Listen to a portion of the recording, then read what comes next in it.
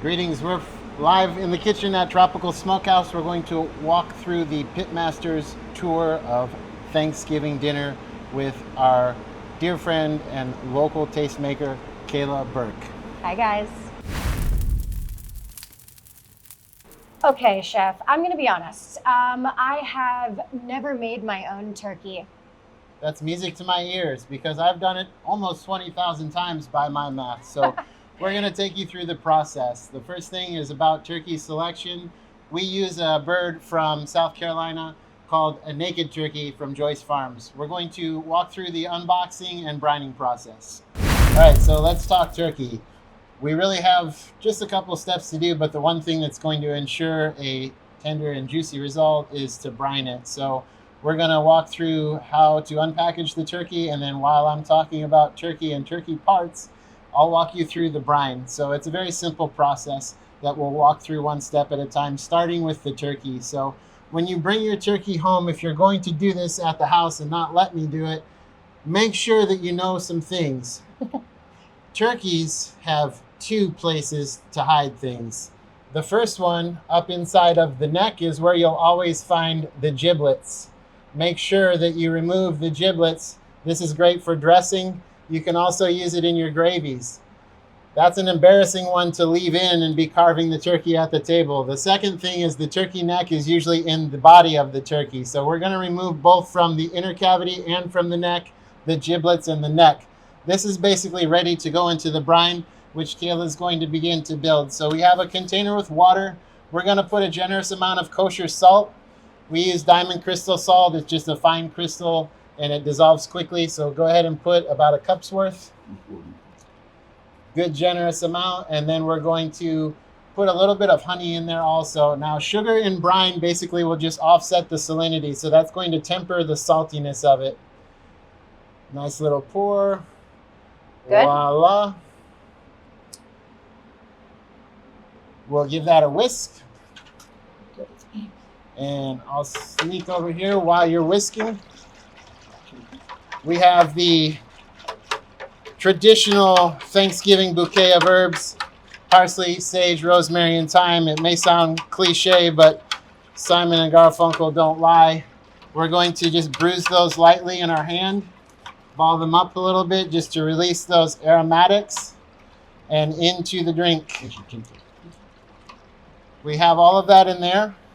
And that's basically going to just create a perfume that's going to enhance the aroma of the turkey and complement the smoke. Once you have all of the salt and honey dissolved, we're going to go ahead and lift this big boy up. Maybe big girl. Let's make sure we get all of these out of there. And we're going to go into the brine. I like to put the breast side down just because the white meat is going to take the most brine and we want to allow it to be fully submerged, okay? That's gonna go overnight. So basically, the work that goes into the turkey is a days-long process. So the first step is brining, that goes overnight. The next step is going to be to prep it for the smoker. So we have the brine. This is what it looks like going in. This is what it looks like coming out. So basically, we've let the salt do its work using water to draw salt into the meat. Now we're going to allow evaporation to kind of concentrate the salt on the outside for the skin. And so, chef, they say a lot that you need to make sure that the turkey is dry Right. before it goes in the smoker. Obviously, water, the enemy of the smoker as well. But is there other reasons? Is that the only way you get the skin, that nice kind of brown crispiness? I think that in the smoker, you have to have enough moisture that the smoke sticks to the product. So it's not that we need to have it like crispy dry, but what we don't want is excess moisture because that's going to make it hard for the smoke to stick. Okay. So since we have already gone through the trouble, the aromatics I'm going to put inside, and then we're just going to allow this to sit on a rack, just enough to get a little bit of airflow over it. And as soon as you see the surface kind of start to look a little bit matte, Okay. I think that that's pretty much good. Turkey skin is really hard to render to the point where you would find it like, you know, crisp. So typically, sometimes even with smoked chicken, people pass on the skin, But what we want is to make that picture perfect presentation at the table. When we bring it out, we want to show that golden color. Okay, great. And so since we're going to be putting this into the smoker, is there a specific type of wood that you're going to be smoking with? So we generally like to smoke turkeys over the same hardwoods that we smoke our barbecue with every day, which is oak and hickory. Okay. And the hickory does have a sweeter perfume to it. It's a little faster burning.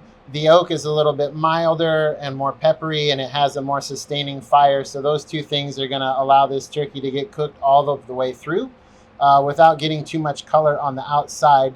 You can use really any choice of wood. Fruit woods are good on poultry as well, but we use fruit woods or nut, pecan, things like that on our hams. But typically the turkeys will do over hickory and oak. Okay, I love that. And so you said this one thing. I just want to touch back on that. That was a great little tip. Basically, when the skin starts to look matte, it loses some of that sheen. That's when you know it's dried out enough and ready to go. Right. The salt's going to kind of start to crystallize because this is a salty brine, and it's going to have some salt that's one inside of the turkey and pulled water with it because salt likes water. So the salt that penetrates takes water, and that's why brines make your turkey juicy. And then on the surface, you'll start to see, just like a desert wood when the sun rises, you'll start to see this get a little bit matte and even crystalline if the brine is of a strong enough concentration. But once you see that, you know that you're ready to go. And we smoke the turkey typically breast side up like this. So really you're just looking to see that first piece of skin on the breast and tops of the thighs are starting to get a little bit, like I said, matte color. So that's kind of what I'm looking for in terms of like indicators. Like when I'm looking to load up the smoker, I'm doing a big batch, and we have to be able to get things staged out in a way that like you can't always use time. You have to have some cues that are sometimes visual. So that's one thing that I learned in cooking is like learning how to read the food just by the way it looks. Amazing. And are we going to truss it this the same way that you would anything else before a smoker, or is that just when you oven bake? So turkeys, the way that they butcher them, they actually leave some of the skin from the tail, and you can actually use the skin to truss the turkey just like so. That's very cool. I did not know that. And then the wings, so that your wingtips don't burn, you can just tuck those under. Just like so. And then the excess skin from the neck, tuck that under as well. You don't want to trim the neck skin because you want to keep the breast covered fully. So I like to tuck that under, tuck the wings in, and tuck the drumsticks back there. Nature's truss it. And that's basically that's basically it. So nature's truss it, guys. Trust the turkey. Trust the turkey. Okay, so chef, while we're on like tricks of the trade, do you experiment at home with turkeys? We know you've made 20,000 plus turkeys at this point, so you are a seasoned vet, but when you're doing an actual turkey at home with your family, do you take any, creative leaps, or do you? I think that turkey is a hard thing to take creative latitude with because people's expectations. Yeah. They want that nostalgic Thanksgiving meal with all of the smells and the feels. One thing that turkey is amazing for is mole. So like a mole spice rub on a turkey in the smoker, 10 out of 10. They take spice really well. We do jerk turkey at the barbecue market. So if you wanted to make a dry rub with jerk spices, outstanding to go on the outside. Also, you can use a lot of those different spice rubs or aromatics to make a compound butter and tuck under the skin on the pockets here to give you a non-traditional turkey. But typically for me, I pretty much stay in my lane when it comes to turkey because we're trying to get that, grandma vibes. Right. Well, I think a lot of people are very intimidated by the turkey because they're worried it's going to be dry. I mean, first of all, Thanksgiving, you're feeding the family. You want to make sure everything comes out great. But do you have any tips to combat dry turkey, especially for the next day? Sure. I think that brine is the game changer because brine's going to make your lean poultry, whether it's turkey or other things, perform more like ham, if you will. So it's just going to be more inherently juicy because we've brined it. So it's going to be more forgiving. For example, if you slightly overcook it, it's also going to be more moist the following day if you want to eat cold turkey.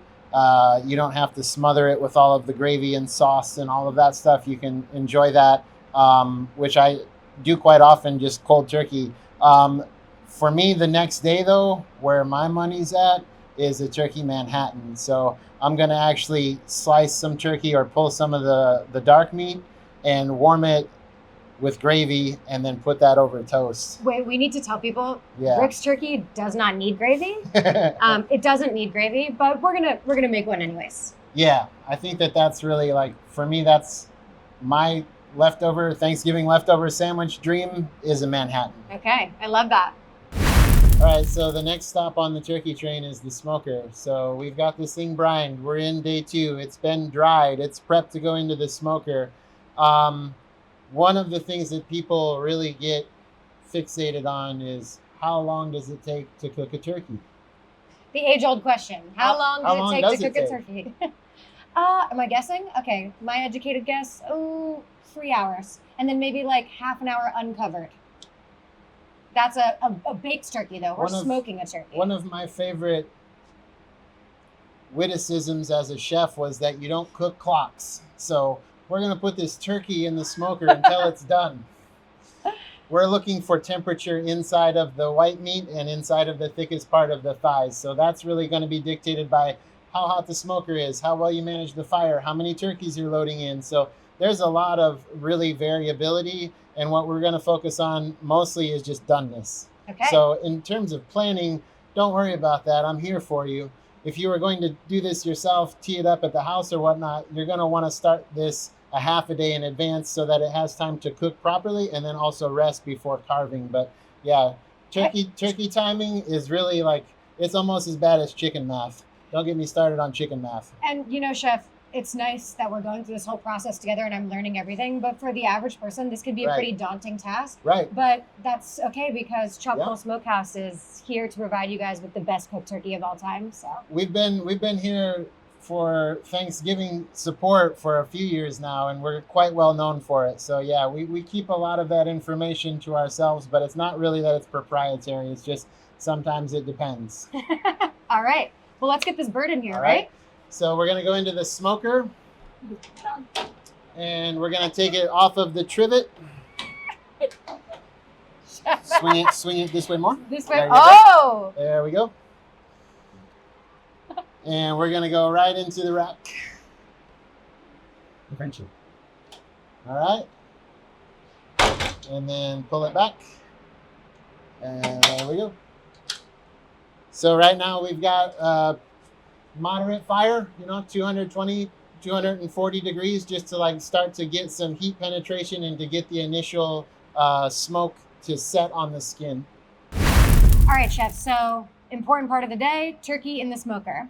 We got some time to kill. We got some time to kill. And I think that honestly, people forget that sides are also what carry a Thanksgiving dinner. Right. If there's bad sides, it's a bad dinner. Yeah, you have to have the supporting cast to go along with. So talk me through some of these sides that we're thinking. So our approach with Tropical, another added benefit of our Pitmaster to Table Thanksgiving dinner, is that we do the kind of ever popular heat and eat sides that allow you to do your personal touches, but these are the ones that are going to take the most work off of your plate and just give the kind of like the crowd pleasing sides. So everything that we have here is going to come to you in an oven safe container, and it's got plenty of food here for about 8 people. I would say 6 if you're generously portioning all of the sides, but typically we say about 8 people. So we have our Yukon Gold potatoes, and those are a rustic style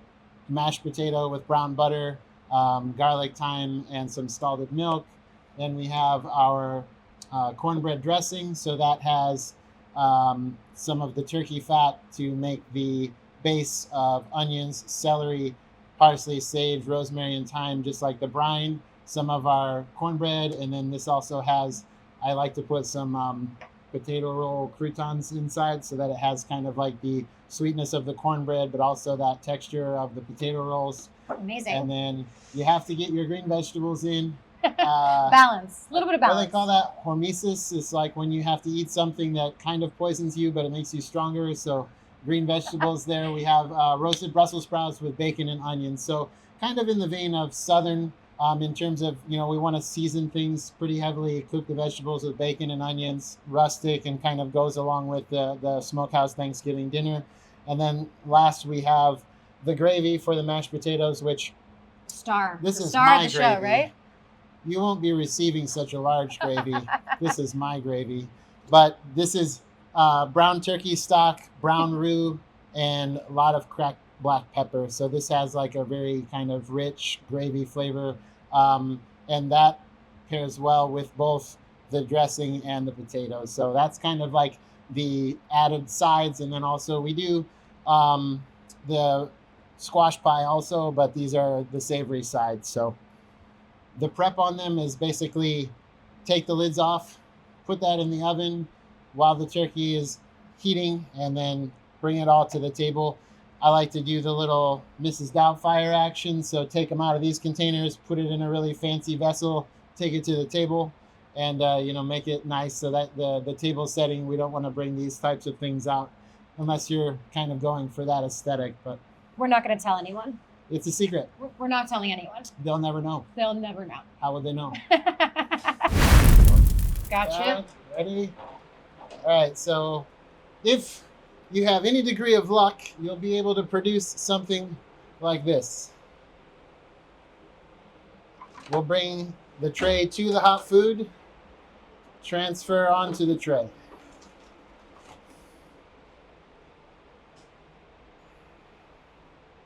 Incredible. Smoked turkey magic, baby.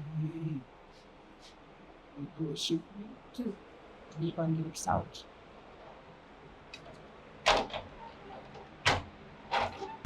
So the turkey's out of the smoker. Turkey's out of the smoker. Speaking of turkey coming out of the smoker, right. And so now obviously we're gonna let it rest. We can talk about that in a minute. Yep. But what time do you guys normally eat Thanksgiving in your household? Because it's some people are early, some people are late. For sure.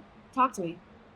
For me and my house, we're gonna serve out early simply because we have to have that turkey sandwich in the evening. So we usually do turkey dinner 1 o'clock in the afternoon, maybe 2 if I'm lagging.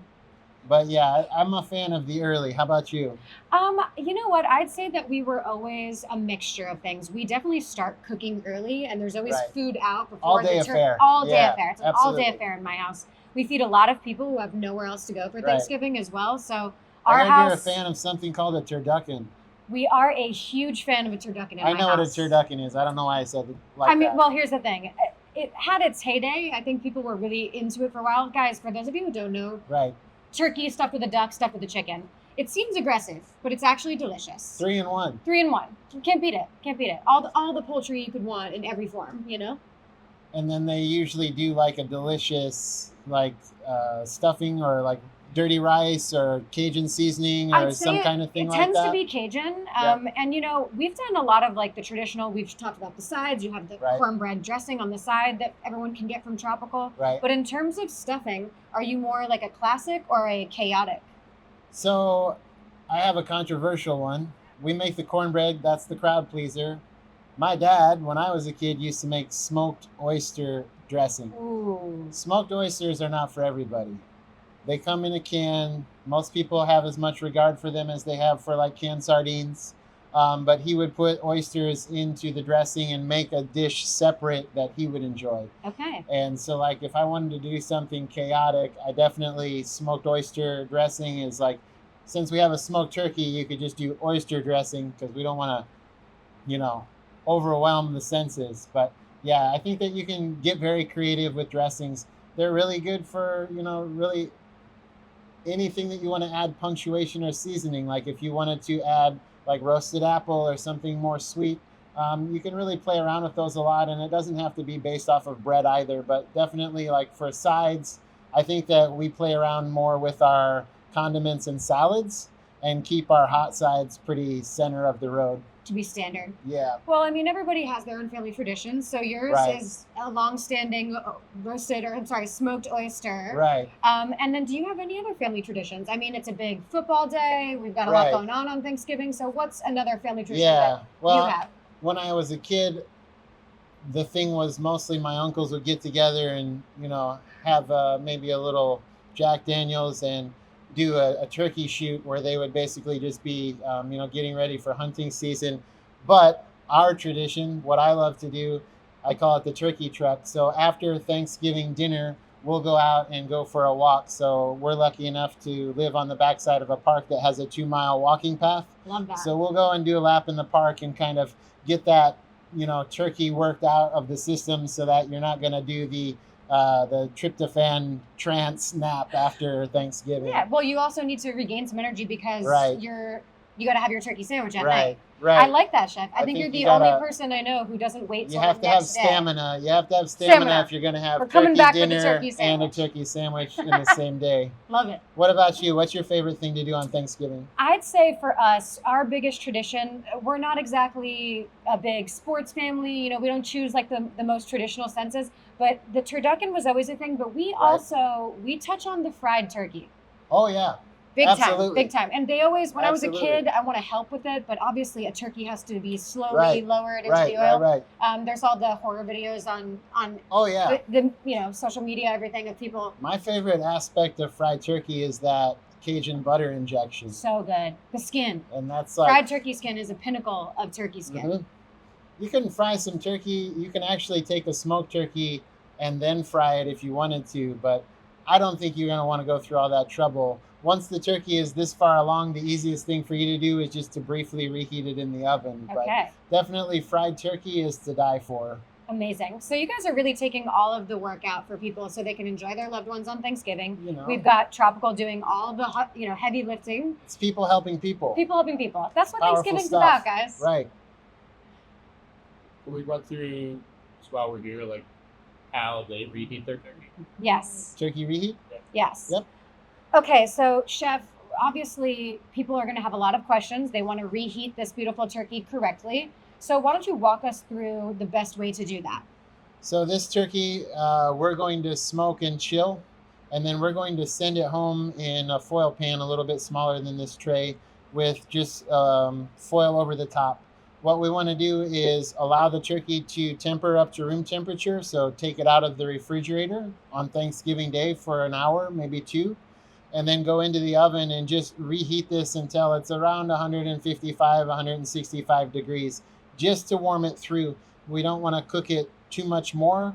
And it really depends on if you're going to serve the whole turkey or if you want to present the whole turkey. You can also portion it and reheat it off of the bone. But really the easiest way to do this is to take it in the tray that we give you into the oven, 250 degrees, and just allow it to slowly come up to about 160 degrees, and then rest briefly before taking it to the table. So it's Okay. quite easy. All of the steps that we've done are really all geared towards just convenience and being able to manage a big piece of your Thanksgiving spread by using what we've provided, and then you can kind of personalize it with your own touches. But these are basically, it's very feasible to reheat the turkey and the sides all at the same time in the same oven and then take it to the table. So that's kind of another thing that people run into is they run out of oven space, stove space. Thanksgiving can be a little hectic if you get jammed up in the kitchen. So all of this stuff, we try to make it to where you can work it all out of one oven to retherm everything and take to the table while you're focused on either stovetop items or salad items, and that way it's not too hectic. And we have everything coming out at the same time. Right.